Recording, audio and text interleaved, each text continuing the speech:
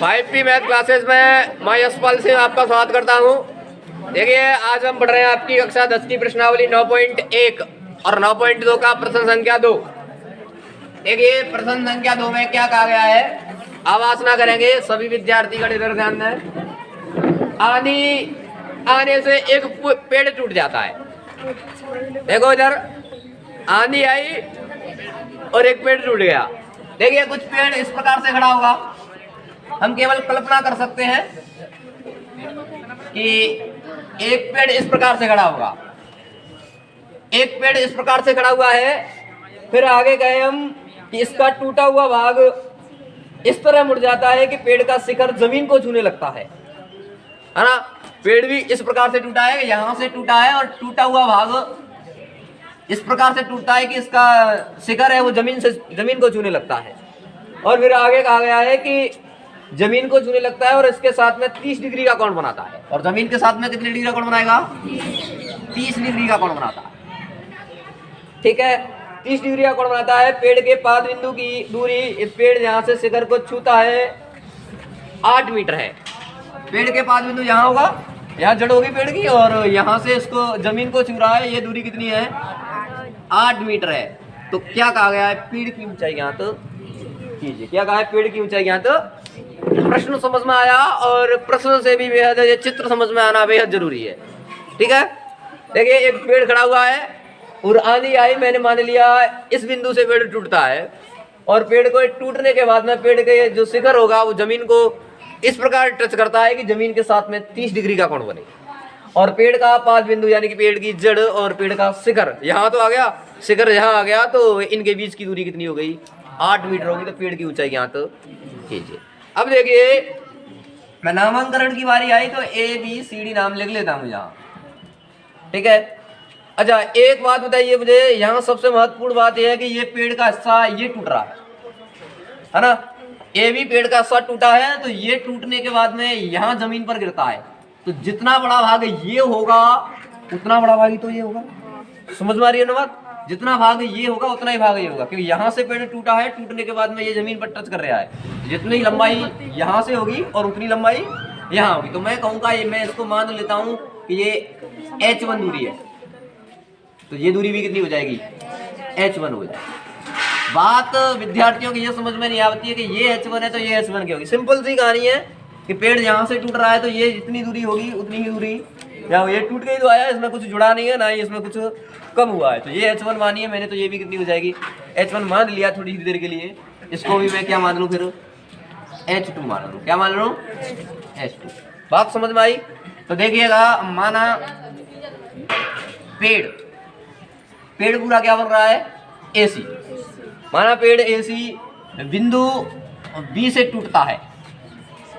मैं ये बात लिख देता हूं ताकि आपको दिक्कत ना आए, है ना, समझने में दिक्कत ना आए। टूटता है तथा जमीन पर बिंदु D को छूता है, जमीन पर बिंदु D को छूता है।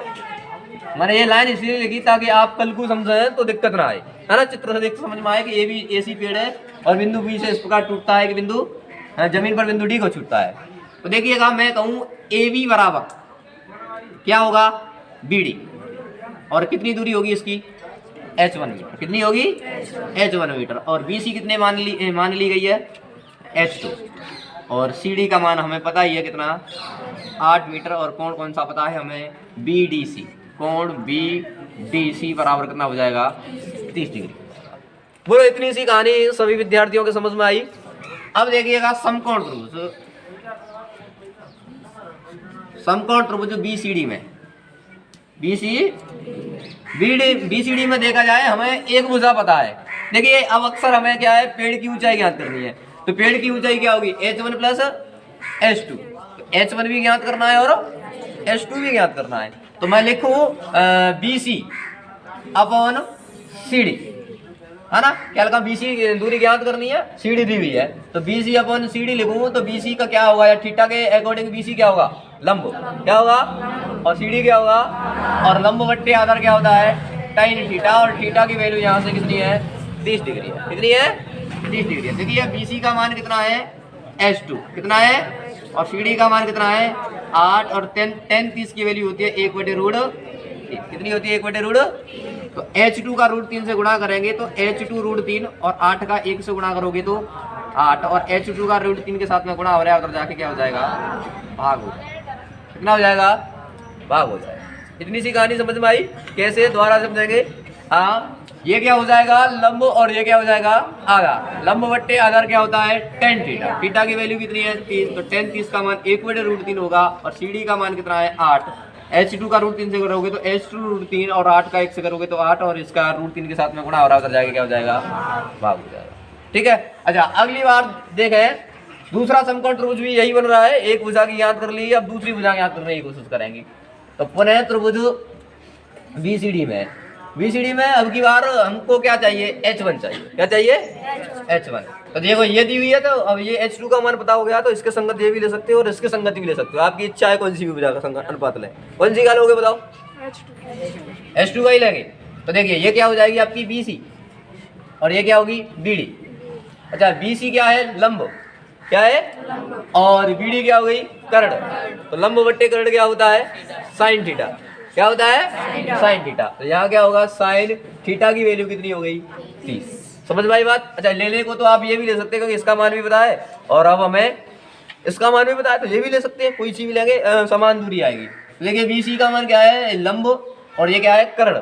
लंब बट्टे कर्ण क्या होता है साइन थीटा की वैल्यू 30। तो BC का मान कितना आया है या मैं कहूँ BC का मान कितना माना था हमने H2 और BD का मान H1। साइन 30 की वैल्यू कितनी होती है 1/2 और हम H2 का मान ज्ञात कर चुके हैं कितना 8/√3 है ना। और देखो ये H1 होगा तो H1 यहाँ लिख लूंगा इसके नीचे बराबर 1/2 इसका 1 से गुणा करोगे तो √3 H1 और 8 दूने 16 और H1 का √3 के साथ में गुणा हो रहा है उधर जाएगा क्या होगा भाग होगा। तो H1 का मान कितना मिल गया 16/√3 मीटर। अब मुझे हकीकत में क्या ज्ञात करना है पेड़ की ऊंचाई ज्ञात करनी है। तो पेड़ की ऊंचाई ज्ञात करनी है तो पेड़ की ऊंचाई क्या होगी H1 + H2। पेड़ की ऊंचाई क्या होगी H1 + H2 और H1 का मान कितना आया था हमारे पास में 16/√3 आया है। क्योंकि पेड़ की ऊंचाई H1 + H2 होगा और H2 का मान क्या है 8/√3 क्या है 8/√3 है। तो यहाँ से √3 क्या आ जाएगा एलसीएम √3 का √3 से करोगे तो एक बार 1 का 16 से करोगे तो 16 ऐसे ये कितना हो जाएगा 8। 16 और 8 कितना हो जाएगा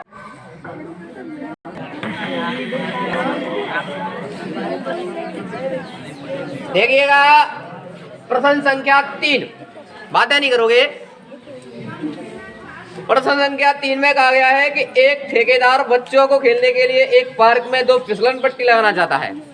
होती है ना फिसल हाँ बस देखिए हाँ ठीक है फिसलन पट्टी लगाना चाहता है। 5 वर्ष से कम उम्र के बच्चों के लिए यह ऐसी फिसलन पट्टी लगाना चाहता है जिसका शिखर 1.5 मीटर की ऊंचाई पर हो। क्या है 2 प्रकार की बनाना चाहेगा। एक तो 5 वर्ष से कम बच्चों के लिए और एक 5 से अधिक के लिए। तो 5 वर्ष से कम बच्चों के लिए बात की जाए 5 वर्ष से कम के लिए 5 वर्ष से कम बच्चों के लिए ऐसी फिसलन पट्टी लगाना चाहता है कि जिसका शिखर 1.5 मीटर की ऊंचाई पर हो। तो देखिएगा ये बात की जाए ये फिसलन पट्टी इस प्रकार से होती है ना। कैसे भी बना लो हम इधर से चढ़ेंगे और इधर फिसलेंगे उल्टी की होगी। अच्छा वो सीढ़ी अच्छा मिस्त्री समझ रखा है तुमने मुझे सीढ़ी में। हाँ रुको अरे तो रुको जरा बना रहे हैं परेशानी क्यों हो रहे हो। ऐसा करके यहाँ सीढ़ी बन जाएगी ठीक है।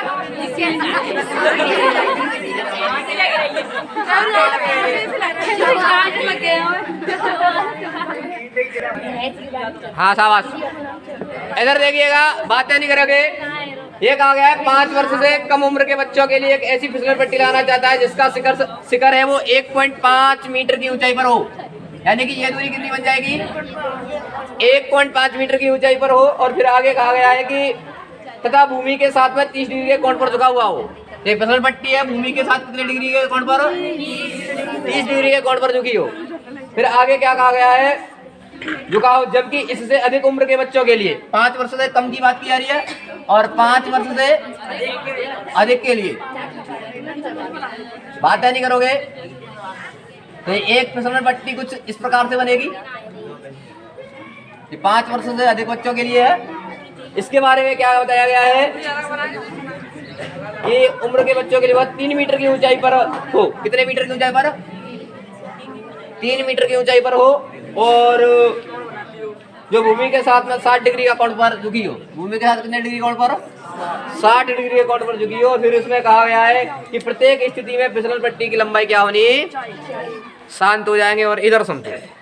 कंडीशंस 2 हैं, एक तो 5 वर्ष से कम बच्चों के लिए और 5 वर्ष से अधिक उम्र के बच्चों के लिए। तो फिसलन पट्टी दोनों अलग अलग बनाई जा रही हैं और 5 वर्ष से कम उम्र के बच्चे हैं उनके लिए कहा गया है कि वो भूमि से 1.5 मीटर की ऊंचाई पर स्थित हो और भूमि के साथ में उसका झुकाव कितना हो, 30 डिग्री का। ठीक है। और दूसरी कुछ इस प्रकार से बना रहे हैं जो 5 वर्ष से अधिक वर्ष के लिए है कि भूमि से 3 मीटर की ऊंचाई पर हो और जिसकी ऊंचाई 3 मीटर हो और भूमि के साथ में कोण कितना हो उसका 60 डिग्री का। दोनों स्थिति में फिसलन पट्टी की लंबाई ज्ञात करनी है, यानी कि ये दूरी ज्ञात करनी है और फिर बताना है कि कौन सी अधिक है कौन सी, ये नहीं पूछा है, ये बोला है दोनों स्थिति में फिसलन पट्टी की लंबाई ज्ञात करनी है। तो देखिए मैं कहूँ ये ABC त्रिभुज हो जाएगा और ये PQR हो जाएगा। क्या हो जाएगा? PQR हो जाएगा। तो देखिएगा मैं कहूँ ये दूरी लिख लें, AB बराबर 1.5 हो रहा है और इसमें कोण ACB बराबर कितने का है, 30 डिग्री का है। कितने का है? 30 डिग्री का है। और बाकी का यहाँ बात की जाए तो ये PQ बराबर कितने का है, 3 मीटर का है और कोण PRQ कितने का है, 60 डिग्री। समझ में आई बात? तो देखिएगा यहाँ देखा जाए तो समकोण त्रिभुज ABC, समकोण त्रिभुज ABC में मेरे पास ये भुजा है और ये भुजा की लंबाई ज्ञात करनी है, तो मुझे इन दोनों में संबंध देखना होगा। तो AB अपॉन क्या हो जाएगा, AC। AB क्या है, थीटा के अकॉर्डिंग लंब और ये क्या हो जाएगा, कर्ण। तो लंब बट्टे कर्ण क्या होता है, साइन, और थीटा की वैल्यू कितनी है, 30। तो AB का मान कितना है, 1.5 और AC के स्थान पर क्या लिखेंगे, AC, और साइन 30 की वैल्यू क्या होती है, 1/2। AC का 1 से करोगे तो AC और 1.5 का 2 से गुणा करोगे तो कितना हो जाएगा, 3 मीटर। कितना सरल है रे, समझ में आई बात? ऐसे ही इधर देखा जाए तो त्रिभुज PQR में सरल है ना, कुछ तो नहीं करना पड़ रहा। विशेष प्रश्न में इतना लंबा चौड़ा लिख दिया है और बाकी का कुछ नहीं करना पड़ रहा है। त्रिभुज PQR में देखा जाए तो देखो PQ अपन क्या होगा, PR। PQ क्या है, लंब, और ये क्या है, कर्ण। लंब बटे कर्ण क्या होता है, साइन, और थीटा की वैल्यू कितनी है, तो PQ का मान 3 हो गया और PR का मान कितना ज्ञात करना है। और साइन 60 की वैल्यू कितनी होती है, वर्गमूल 3/2। तो PR का √3 से गुणा करोगे तो PR √3 और 3 दूनी 6 हो जाएगा। तो PR की बात की जाए 3 का इसके साथ गुणा हो रहा है, उधर जाके क्या हो जाएगा, भाग हो जाएगा। क्या हो जाएगा, भाग हो जाएगा। तो देखो 6 का √3 से करोगे तो 6 √3 और 3 का √3 का √3 से करोगे तो 3 हो जाएगा। 3 से ये कितनी बार कट जाएगा, 2 बार कट जाएगा। तो कितना हो जाएगा, ये 2 √3 मीटर हो जाएगा। इतनी सी बात समझ में आई। बस दोनों फिसलन पट्टी की लंबाई ज्ञात करनी थी। समझ में आया तो वीडियो को देखने वाले वीडियो को लाइक जरूर।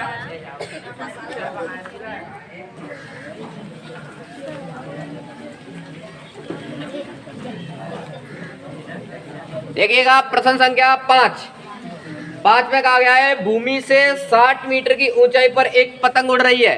देखिए इधर ये हमारी भूमि हो जाएगी, इससे 60 मीटर की ऊंचाई पर 60 मीटर की ऊंचाई ली गई है और यहाँ एक पतंग उड़ रही है। गौर से समझना है ना, पतंग उड़ रही है। फिर कहा गया है कि पतंग में लगी डोरी को अस्थायी रूप से भूमि के एक बिंदु से बांध दिया जाता है। पतंग में लगी डोरी है, इस डोरी को अस्थायी रूप से जमीन में लगे हुए एक बिंदु से क्या कर दिया जाता है, बांध दिया जाता है ना, बांध दिया जाता है। फिर कहा गया है कि भूमि के साथ डोरी का झुकाव 60 डिग्री का है। भूमि के साथ डोरी का झुकाव कितना है, 60 डिग्री का है। 60 डिग्री का कोण बन रहा है भूमि और डोरी के साथ में। और इसमें आगे कहा गया है यह मानकर कि डोरी में कोई ढील नहीं है तो डोरी की लंबाई ज्ञात कीजिए। ये मान गया डोरी में ढील है, यदि डोरी में ढील होगी तो फिर लंबाई ज्ञात करेंगे तो वो ज्यादा होगी। कैसी मान ली गई है, बिल्कुल एकदम सीधी है। प्रश्न को द्वारा से समझना, चित्र को द्वारा से समझना। ये कहा गया है भूमि से 60 मीटर की ऊंचाई पर एक पतंग उड़ रही है और पतंग में लगी डोरी को भूमि से एक डोरी से भूमि पर स्थित किसी बिंदु से बांध दिया जाता है और डोरी और भूमि के साथ में 60 डिग्री का कोण बनता है। तो ये डोरी की ऊंचाई ज्ञात कीजिए। देखिएगा मैं नाम दूं इसको तो ABC हो जाएगा। तो माना AB बराबर क्या हो जाएगा 60 मीटर है ना, और हमें कौन पता है ACB कितने का हो जाएगा 60 डिग्री। हमें क्या याद करना है AC का मान याद करना है। हकीकत में क्या करना है AC का मान याद करना है। तो देखिएगा समकोण त्रिभुज ABC में, समकोण त्रिभुज ABC में हमें ये भुजा दी हुई है और ये भुजा ज्ञात करनी है। तो इन दोनों के मध्य संबंध देखें तो ये भुजा कौन सी है AB और ये भुजा कौन सी है AC। हाँ उधर जो कोने पे बैठा हुआ है वो समझो पहले है ना। ये मान क्या है AB और ये AC, ये काय का मान है लंब का मान है और ये काय का मान है कर्ण का। लंब बट्टे कर्ण क्या होगा साइन, और थीटा की वैल्यू कितनी है 60 डिग्री। तो AB का मान 60 और AC के स्थान पर AC साइन 60 कितना होता है वर्गमूल 3/2। AC का √3 से गुणा करोगे तो AC √3 और 60 का 2 से करोगे तो 100। इधर √3 का गुणा हो रहा है, उधर जाके क्या हो जाएगा भाग होगा। अब नीचे संख्या अनरूट की है तो क्या करना पड़ेगा परमेयीकरण करना पड़ेगा। तो √3 का ऊपर और √3 का नीचे गुणा करेंगे तो इधर देखो 120 √3 हो जाएगा। √3 का √3 से गुणा करोगे तो कितना हो जाएगा 3। 3 से ये कितनी बार कट जाएगा 40 बार। तो इसका मान कितना हो गया 40 √3। तो डोरी की लंबाई होगी वो कितनी होगी 40 √3। समझ में आया तो लिखो।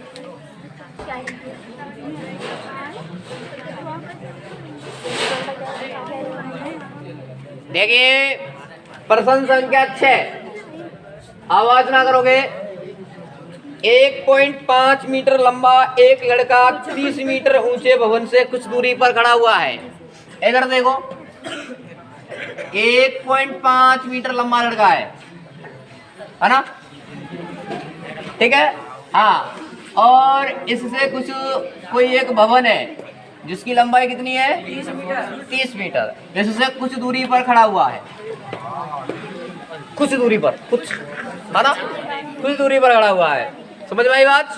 फिर आगे क्या कहा गया है, जब वह भवन की ओर जाता है तब उसकी आंख से भवन के शिखर का उन्नयन कोण 30 डिग्री से 60 डिग्री हो जाता है। तो बताइए भवन की कितनी दूरी चल करके गया। भवन की ओर जाता है तो भवन की ओर जाता है तो पहले उसकी आंख से भवन के शिखर का उन्नयन कोण कितना बनता है 30 डिग्री। कितना बनता है 30 डिग्री बनता है। तो ये 36 के साथ में बनेगा कोण ऐसे।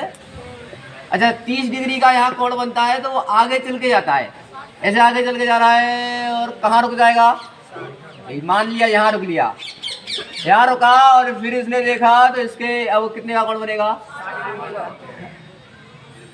60 डिग्री का कोण बनेगा। कितने का कोण बनेगा।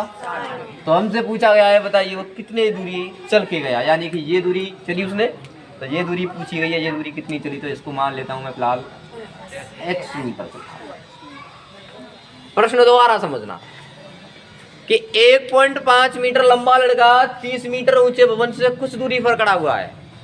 फिर उसके बाद में क्या होता है कि जब वह अपनी आंख से भवन के शिखर का उन्नयन कोण देखता है तो 30 डिग्री से घट के कितना हो जाता है 60। पहले देखा 30 था और 30 से घट कर कोण कितने का हो गया 60 का। अब आपके दिमाग में एक विचार आ रहा होगा, कोण को घटने की बात कर रहे हैं और मान बढ़ रहा है ना, ये तो बात दिमाग में आ रहा है। इधर देखो, हाँ जैसे जैसे ये दूरी बढ़ती जाएगी तो कोण का मान वैसे वैसे ही क्या होता जाएगा कम होता जाएगा, है ना।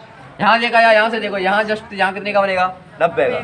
ऐसे ही ऐसे ही आएगी तो ये कितने का आएगा यहाँ, फिर कितने का हो जाएगा 30 का, और एक दिन ऐसे ही कहाँ पर बन जाएगा 0 पर पहुँच जाएगा, है ना। और कहाँ 0 से ज़्यादा आगे कहीं नहीं जाने वाला है, ठीक है। अरे सुनो तो कहने का मतलब ये प्रश्न में यही कहा गया है कि कोण का मान बढ़कर 30 डिग्री से कितना हो जाता है 60 डिग्री हो जाता है, यही है ना बात। अच्छा इधर देखो, अब ये 1.5 मीटर दूरी है तो ये दूरी भी कितनी हो जाएगी 1.5 मीटर हो जाएगी। समझ में आई बात। देखिए अब नामांकन की बात आए तो ABCDEFG,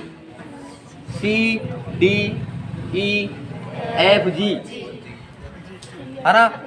देखिए माना हमने लड़का को क्या माना है FG बराबर कितना 1.5 मीटर। कितना माना 1.5 मीटर। अच्छा देखो जितना FG का मान होगा उतना ही BC का मान होगा। तो FG बराबर बीजी बीसी कितना हो जाएगा 1.5 मीटर हो जाएगा। समझ में आई बात? अच्छा एक और बात ध्यान रखना, जितनी दूरी सी एफ होगी उतनी ही दूरी काय की होगी बी जी की होगी, और उतनी दूरी सी डी की होगी उतनी दूरी काय की होगी बी की होगी, क्या नहीं होगी? चलो ठीक है, जरूरत पड़ेगी तो लिख लेंगे, अन्यथा देखो ए जी बी कितने का कोण बन गया 30 डिग्री का, और ए ई बी कितने का बन जाएगा 60 डिग्री का बन जाएगा। हमें क्या याद करना है कि वहां जब 30 डिग्री का कोण था तब से 60 डिग्री का कोण होता है, तो उसने कितनी दूरी तय की, यानी कि हमें ये दूरी x का मान ज्ञात करना है हकीकत में। ठीक है, अब देखिएगा मैं बात करूं त्रिभुज समकोण त्रिभुज ए बी ई में, समकोण त्रिभुज ए बी ई में देखा जाए तो एक भुजा ए बी और एक भुजा क्या हो जाएगी बी ई। ठीक है, तो देखो ए बी क्या है लंब और बी ई क्या है आधार, लंब बट्टे आधार tan, थीटा की वैल्यू कितनी है? अच्छा कोई मुझे बताएगा विद्यार्थी की ए बी का मान कितना होगा? 28.5 होगा। बहुत अच्छे, देखिए यहाँ से यहाँ तक की दूरी पूरी भवन की ऊंचाई कितनी बताई गई है 30 मीटर बताई, कितनी बताई है? और 1.5 मीटर का ये लंबा लड़का है, यहाँ तक आएगा तो ये दूरी इससे क्या हो जाएगी कम, तो ये दूरी कितनी की हो जाएगी 28.5 की हो जाएगी। कितनी की हो जाएगी? अच्छा इस बात को हम यहाँ लिख लें क्योंकि प्रयोग में ले रहे हैं, तो ए बी बराबर मैं लिख सकता हूँ 30 माइनस के 1.5 अर्थात 28.5 मीटर। ठीक है, तो यहाँ ए बी का मान कितना रखेंगे 28.5 रखेंगे, और बी ई का मान नहीं पता है कोई दिक्कत नहीं है, बी ई लिखा रहेगा बराबर tan 60 का मान कितना होता है √3, कितना होता है इसके नीचे इसमें तो 1 लिखेंगे, और अभी e का √3 से गुणा करेंगे तो e √3 हो जाएगा, और 28.1 का 5 का 1 से करोगे तो 28.5, e का √3 के साथ में गुणा हो रहा है, उधर जाके क्या हो जाएगा भाग हो जाएगा, तो e का मान हमारे पास 28.5 बटे √3 में। बोलो इतनी सी कहानी समझ में आई? अब देखिएगा, हाँ जी, समकोण त्रिभुज ए बी जी में, कौन से में ए बी जी में, समकोण त्रिभुज ए बी जी में देखा जाए तो एक भुजा ए बी और एक भुजा क्या होगी इसकी बी जी, क्या होगी बी जी, तो ये क्या होगा लंब और ये क्या होगा आधार, और लंब बट्टे आधार tan, यहाँ थीटा की वैल्यू कितनी होगी 30 होगी, कितनी होगी ये दिमाग में ना, कभी तुम्हें लिखा है ए बी जी में तो थीटा की वैल्यू 30 होगी यहाँ, और देखिएगा ए बी का मान कितना है 28.5, कितना है, और बी जी, जब बी जी को क्या लिख सकते हो बी ई प्लस जी ई लिख सकते हो, है ना, क्या लिख सकते हो देखो बी ई प्लस जी ई प्लस जी ई, और tan 30 की वैल्यू कितनी होगी 1/√3 होगी। ठीक है, और इसका 1 से गुणा करेंगे तो यही आ जाएगा बी ई प्लस जी ई, और 28.5 का √3 से करोगे तो 28.5 हो जाएगा। अब देख रहा, अच्छा √3 की मना किसने किया है? इसके साथ में √3 आएगा मना, अच्छा मैंने तो बंद तो नहीं किया है अभी, हाँ मैंने अभी धन्यवाद नहीं बोला आपसे कि पूरा हो गया प्रश्न। देखो 1 का गुणा करेंगे तो यही आ जाएगा 28.5 का, आप √3 से करोगे तो 28.5 √3 हो जाएगा। अब देखिए हमें हकीकत में मैंने क्या बताया था आपको कि x की वैल्यू याद करनी है, थोड़ा सा ध्यान देना, x की वैल्यू याद करनी है तो ये मान और ये मान बराबर होंगे, यानी कि मैं जी ई की वैल्यू याद कर लूँगा यहाँ से, किसकी जी ई की, तो अपना काम हो जाएगा, है ना। तो देखिएगा जी ई, जब ई उधर जाएगी तो काय की हो जाएगी माइनस की हो जाएगी, काय की हो जाएगी माइनस की, और सीधी सी बात ये है कि ई का मान हमें पता है, तो देखो जी ई बराबर 28.5 √3 माइनस 28.5 बटे √3 है, यहाँ क्या है, इसको हल कर लेंगे, जो मान आएगा वही क्या होगा अपना आंसर होगा। तो देखिए 28.5 दोनों में से क्या ले लें कॉमन ले लें तो ज़्यादा बेहतर तरीके से हल हो जाएगा। तो 28.5 कॉमन लेंगे तो यहाँ क्या बचेगा √3 माइनस 1/√3 हो जाएगा। अब इसको हल करेंगे तो देखिएगा 28.5 √3 क्या आ जाएगा एलसीएम, यहाँ कुछ नहीं है तो 1 मानेंगे √3 बार, और √3 से गुणा करोगे तो कितना हो जाएगा 3, और √3 से √3 1 बार, और 1 का 1 से करोगे तो 1 हो जाएगा। तो देखिएगा 28.5 इंटू कितना बचेगा 2/√3। अब देखिएगा √3 की फिर समस्या होगी, क्या करना पड़ेगा, परमीकरण करना पड़ेगा। क्या करना पड़ेगा, परमीकरण। परमीकरण कैसे करेंगे, √3 का ऊपर और √3 का ही नीचे गुणा कर देंगे। तो देखिए 28.5 दूनी कितना हो जाएगा, 28 दूनी 56 और एक 57 √3 हो जाएगा। कितना हो जाएगा 57 √3 और √3 का √3 से करोगे तो कितना हो जाएगा 3 हो जाएगा। यही आपका क्या होगा, उत्तर होगा। समझ भाई बात। अच्छा टिप्पस माला में नहीं मिल रहा यही है, कैसे 3 से कितनी बार, √3 बार।